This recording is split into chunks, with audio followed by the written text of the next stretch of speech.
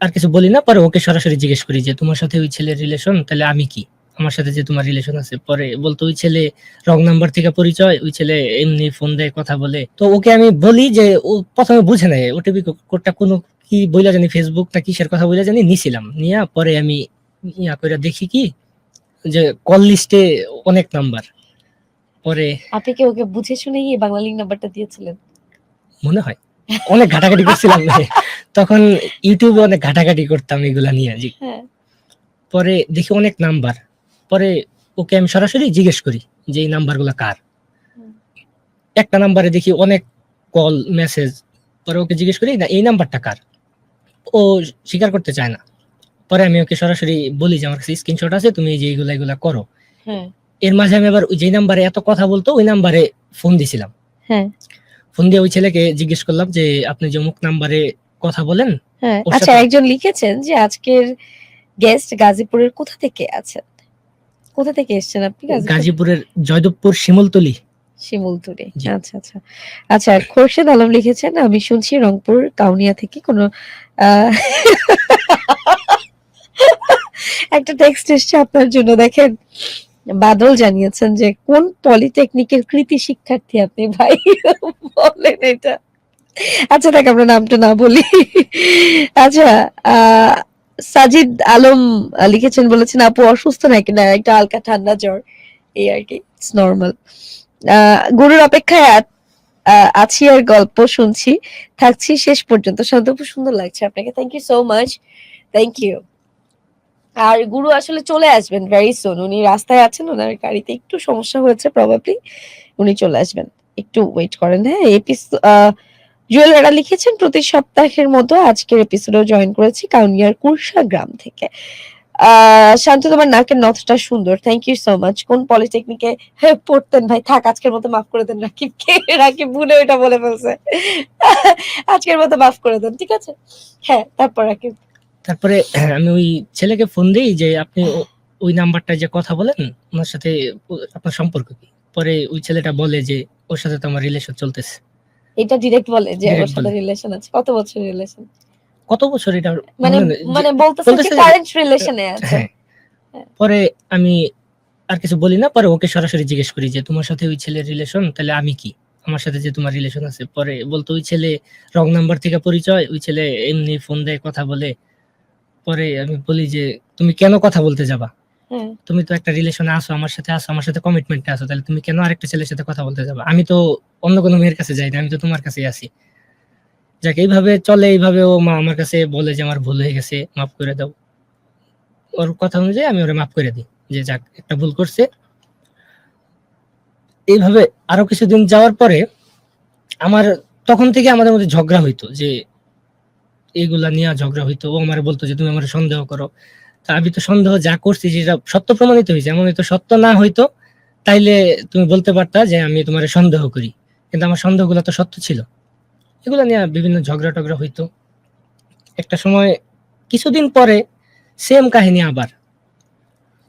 এরকমই ওর আরো খুঁজলে পাওয়া যায়। ধরেন তখন কি হইতো, এই সিমগুলা আমি যখন এরকম পাইতাম, তখন ওর সিমটা আমি চেঞ্জ করে দিতাম। নতুন আরেকটা সিম দিতাম ওরে। ওই সিমটা আমি আইনা ইউজ করতাম। পরে দেখতাম কি আমি ইউজ করলে এই সিম ওপেন করলেই ৪-৫ টা ফোন আসতো। ফোন দিয়ে বলতো যে, "আপনি কি?" এ মেয়ের মেয়ের ক মেয়ে একটা মেয়ে না ছিল। এরকম শুনতাম। এক সিমেই। আবার সিম চেঞ্জ করে দিতাম। আমি এই পর্যন্ত মনে হয় ওরে ১৫-২০ টা সিমের মতো দিছি। আপনি সবগুলাতে যে সিমটা দিতেন সেটা ও ইউজও করতো? ইউজ করত। না করতো না তো? না, না। যে না, আমি ইউজ না। করব না। আচ্ছা, ঠিক আছে। হ্যাঁ। পরে এভাবে কিছুদিন যাওয়ার পরে জানতে হ্যাঁ। পারি যে ও এরকম আরো বিভিন্ন রিলেশনে ওর যে বান্ধবী আছিল, এর মধ্যে কি হইতো, আমি যে ও যে আমার সাথে রিলেশনে ছিল, এটা আমার সার্কেলের, আমার ফ্রেন্ড, আমার এলাকার মোটামুটি সবাই জানতো। হ্যাঁ। কম বেশি সবাই জানতো, কিন্তু ও কাউকে এটা বলতো না। ও বলতো যে, "এটা জানলে, বন্ধু-বান্ধব জানলে সমস্যা হবে, ফ্যামিলিতে সমস্যা হবে।" মানে ও জানাতো না? না, জানাতো না। কেন জানাতো না? বলতো যে ওর ফ্যামিলিতে সমস্যা হবে, ওর বন্ধু-বান্ধব ও ফ্যামিলিতে বাসায় বইলা দিবে, বাসায় বইলা দিলে ওরে সমস্যা করবে, মারবে। মানে কি সমস্যা করবে? বাসায় পড়ালেখা করতে দিবে না, মারবে। হুম। ওর বাবা এগুলা কখনো মাইনে নিবে না। তাহলে সম্পর্কে গেলা কেন? আচ্ছা, যাই হোক। আচ্ছা, সে সে আপনি বলেছিলেন আমাকে অফ এয়ারে যে সে আপনাকে আসলে পছন্দ করতো না। কারণ আপনি কালো, আপনি দেখতে হ্যাঁ ভালো না। এটা বলতাম আমি যে ও আসলে আমার সাথে রিলেশনে ছিল, কিন্তু ওর বন্ধু মানে বান্ধবীদের কাছ থেকে আমি শুনতাম ও আমার পছন্দ করতো না, আমি কালো ছিলাম, আমার চেহারা তো তখন আরো ইয়া ছিল, যে এই কারণে হয়তো বা ও আমারে পছন্দ করতো না। কিন্তু তাহলে কথা ছিল যে রিলেশনে যাওয়ার দরকার ছিল, কেউ তো আমার সাথে রিলেশনে নিজেই দায়িকা নিয়ে গেছিল আমার সাথে রিলেশনে। মানে একটা মানুষ কালো বলে তাকে পছন্দ করা যাবে না, কিন্তু তার কাছ থেকে কার্ড নেওয়া যাবে, রিচার্জ নেওয়া যাবে, তার কাছ থেকে ফোনের ব্যালেন্স নেওয়া যাবে, যখন বিপদে পড়ে তখন টাকা নেওয়া যাবে। যাই হোক, এখানেই স্টোরি শেষ না, স্টোরি আরো আছে, আমরা শুনবো। হ্যাঁ রাকিব, তারপর এভাবে আপনি ফোন নাম্বার চেঞ্জ করে দিতে থাকেন ফোন ওনার। নাম্বার হ্যাঁ চেঞ্জ করে দিই, কয়দিন পর পরই আমি ফোন নাম্বার চেঞ্জ করে দিই, চেঞ্জ করে নাম্বার নিলেই আবার সেম কাহিনী, ওই নাম্বার নিলেই দেখি যে এই নাম্বারে আরো ফোন আসে। হ্যাঁ হ্যাঁ, বলেন।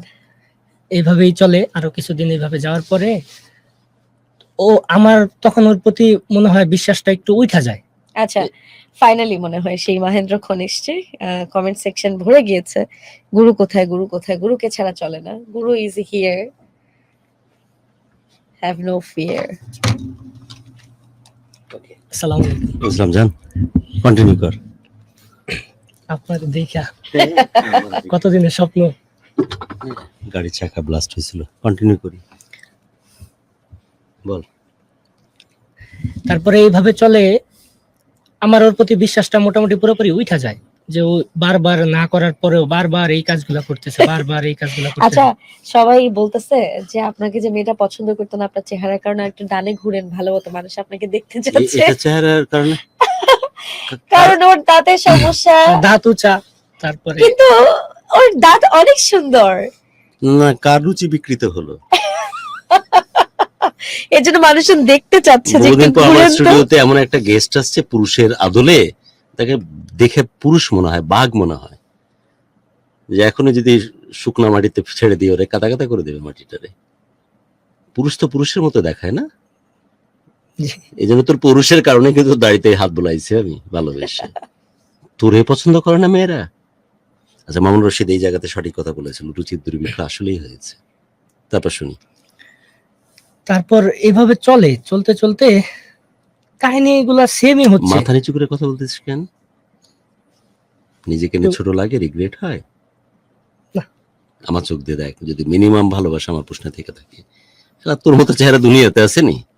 পুরুষ তো এরকম হবে, মানুষের মতো হবে নাকি? আমাকে যেমন মাঝে মাঝে বললো যে পশ্চিম দিকে মানে সূর্য হিলে গেছে, ক্লিন শেভড, মাঝে মাঝে কথা বলার সময় এসব করি। আর তোরে দেখে সবসময় বলবো যে হার্ডকোর পুরুষ, বাঘ। তোরে বলে যে এনিওয়ে। তারপর সবার চোখে না জান, 90s চলতো কিউটি পাই টাইপের ছেলেরা, এখন চলে পলাশের মতো গায়ের কালার, ব্ল্যাক ডায়মন্ড, আর সেই সাথে এ দাড়িটারি দিয়ে একদম বাঘ মানে। হ্যাঁ, তারপরে ও আস্তে আস্তে এইভাবে এসএসসি পাস করে। একটা কাজ করি তো, থাম একটা সেকেন্ড, তোকে যে আমি দেখতে সুবিধা হয় সেজন্য। আরে কি সুন্দর ওয়াও, চুল তোর। সমস্যা আছে তোর না? না ক্যাপ না না লাগবে? না, আমি আপনি ভাবছিলাম যে যেমন উল্টায় দেবো, বাট তো চুল যেহেতু এত সুন্দর, আমি চাচ্ছিলাম যে চুল, কথা শুনে না। আমারও চুল কথা শোনা, এই যে চলে আসে সামনে, আমি চাইছিলাম যে ব্যাক করে টুপিটা পরাবো, কিন্তু চুল সুন্দর যেহেতু আমি আর চাচ্ছি না। হ্যাঁ ওকে, বল, কনফিডেন্টলি বল। তারপরে এইভাবে আস্তে আস্তে ও এসএসসি পাস করে ইন্টারে ভর্তি হয়। বলতে থাকতি কথা। ইন্টারে ভর্তি হওয়ার পরে হয়তোবা এক মাস কি 1.5 মাস ক্লাস করে। ওকে, ক্লাস করার পরে ওই কলেজেরই এক স্যারের সাথে ওর রিলেশন শুরু হয়। এটা কয় নাম্বার রিলেশন আপনি থাকার সময়? অগণিত, হিসাব নাই কোনো। হ্যাঁ, তারপর ওই কলেজের স্যারের সাথে, ওই কলেজের স্যারকেও পছন্দ করতো। ও আমারে বলছে যে ওই কলেজের স্যার রে ওর ভাল লাগে। হ্যাঁ। ভালো লাগতেই পারে স্যার হিসেবে, কিন্তু তাই বলে যেটা রিলেশনের অ্যাডজাস্ট করে নিলে ওকে সামনে নেন, মানে একদম মাইক্রোফোনের কাছে যেন আসতে পারে এরকম ব্যবস্থা করেন। হ্যাঁ, বলতে থাকি। ওকে আগাবে একটু, আগানো যায় তো আগাতে হবে, একদম কাছাকাছি আসতে যেন পারিস। ওকে, বেটার। অ্যাডজাস্ট করা তো তোদেরকে কেউ শিখায়, ইয়াং ছেলেবেলে, যে কোনো পরিস্থিতিতে অ্যাডজাস্ট করে ফেলা। হ্যাঁ, তারপরে ওই স্যারের সাথে ওর রিলেশন শুরু হয়। কারণ স্যারের দিক থেকে কি ছিল সেটা তো আর জানি না, ও পছন্দ করতো, ও যেহেতু আমাকেই বলছে ও স্যারকে পছন্দ করে। তারপরে এইভাবে চলে, কিছুদিন পরে হচ্ছে আমরা একই স্কুলে পড়তাম, তো যে স্কুলে পড়তাম ওই স্কুলের অ্যানুয়াল ফাংশন, যে ওই জানুয়ারি মাসে যে অ্যানুয়াল ফাংশনটা বা ফেব্রুয়ারি মাসে হ্যাঁ। ওই স্পোর্টস যেটা আর কি হুম, সেটা হয়। তখন ওর সাথে আমার কথা ছিল কি যে ও ওই প্রোগ্রামে যাবে, আমিও যাব, একসাথে হয়তো বা ঘুরবো বা কিছু একটা। পরে ওই প্রোগ্রামে আমি গিয়ে আর ওকে পাই না। পরে দেখি যে ওই যেই স্যারটার কথা বললাম ওই স্যারটা ওই প্রোগ্রামে আসছে। ওকে, আচ্ছা, বলতে ওই- থাকতে কথা। ওই স্যারটাকে নিয়ে ও ঘুরতেছে। হুম, হুম, তখন পরে আমি ওর কাছে জানতে চাইলাম যে তোমার তো আমার সাথে ঘোরার কথা ছিল, তুমি ওই স্যারের সাথে কেন, হুম, বা ওই স্যার এখানে কি করতে আসে, এটা তোমার কলেজের স্যার, হুম, তুমি কলেজে যাও মনে হয় 2-3 মাস হয়েছে, এই স্যারের এই 2-3 মাসে এমন সম্পর্ক হয়ে গেছে যে তোমার স্যার তোমার স্কুলের প্রোগ্রামে আইসা ঘুরতেছে তোমার সাথে। পরে আমারে নানান বুঝ দেয় যে স্যার আসছে, না করতে পারি নাই। হুম, আচ্ছা ওইটাও মাইনা নি, হুম। এভাবেই চলে, স্যারের সাথে ওর রিলেশন চলে। আমার ওই সময় ওর সাথে টুকটাক দূরত্ব তৈরি হয়ে যায়, কারণ এইরকম অবস্থা দেখে। জানতে যে স্যারের সাথে চলতেছে। হ্যাঁ, তোরা কেমন স্যার রে, কেমিস্ট্রি স্যার এই মনে হয়। চুতিয়ার বাচ্চা, তোরা কেমন স্যার? আমার তো আজকে 5-7 জন মেয়ে যখন আমার সাথে কোনো কারণে দয়া করে গুরু বলে ছবি তুলে আসে, আমি বললাম যে তোরা তোমার বাচ্চার মতো, সময়কালে বিয়ে হলে তোদের মতো বাচ্চা থাকতো। আমি গর্ববোধ করেছি যে এখনো সমসাময়িক আমরা, যে ভালোবাসা বাংলাদেশ টিমের কারণে এখনো এই বাচ্চা বয়সী মেয়েরা আমাদেরকে পছন্দ করে। আর পাশাপাশি আমি রিগ্রেট ফিল করতেছি যে আমার মধ্যে কোন রকমের জন্য ওই স্যার টাইপের ফিল না আসে, সেজন্য বলেছি তোরা তোমার বাচ্চার মতো, সময়কালে বিয়ে হলে তোদের মতো বাচ্চা থাকতো, তোরা পারিস না কেন? প্রাইভেট টিউটরের আদলে, ক্লাসে পড়ানোর আদলে, কলেজে পড়ানোর আদলে, মাদ্রাসায় পড়ানোর আদলে তোদের এই নোংরামি আসে কোত্থেকে? কোন মানুষ তোদেরকে স্যারের দরজা দেয়? আমরা তো স্যার বলতে বুঝি আমার নাইমুল স্যার, আমার বদিউদ্দুজ্জামান স্যার, যারা পাগলের মতো ভালোবাসি। কিছু কিছু ক্ষেত্রে আমাদের বাপ মার উপরেও জায়গা দিয়ে দিই স্যারদেরকে। তোরা কোত্থেকে আসছিস? কিভাবে তোদের রুচি হয় তোদের ছাত্রছাত্রীর সাথে প্রেম করার ব্যাপারে? ফকিন্নি। ওকে, তারপর কথা ঠিক বলতেছিস তো? আমি তো অনেক কিছু বলে ফেললাম, মামলা তো আমার নামে হবে। না না, আসলে না, স্যার নাকি দপ্তরের সাথে প্রেম ছিল? না, স্যার ছিল। আচ্ছা বল, স্যারের সাথে চলে ওই সময়। স্যারের সাথে কেমনে চলে? আচ্ছা বল। ও ভালো জানে, ওর পছন্দ হইতো স্যার, ও আমার সরাসরি বলছে।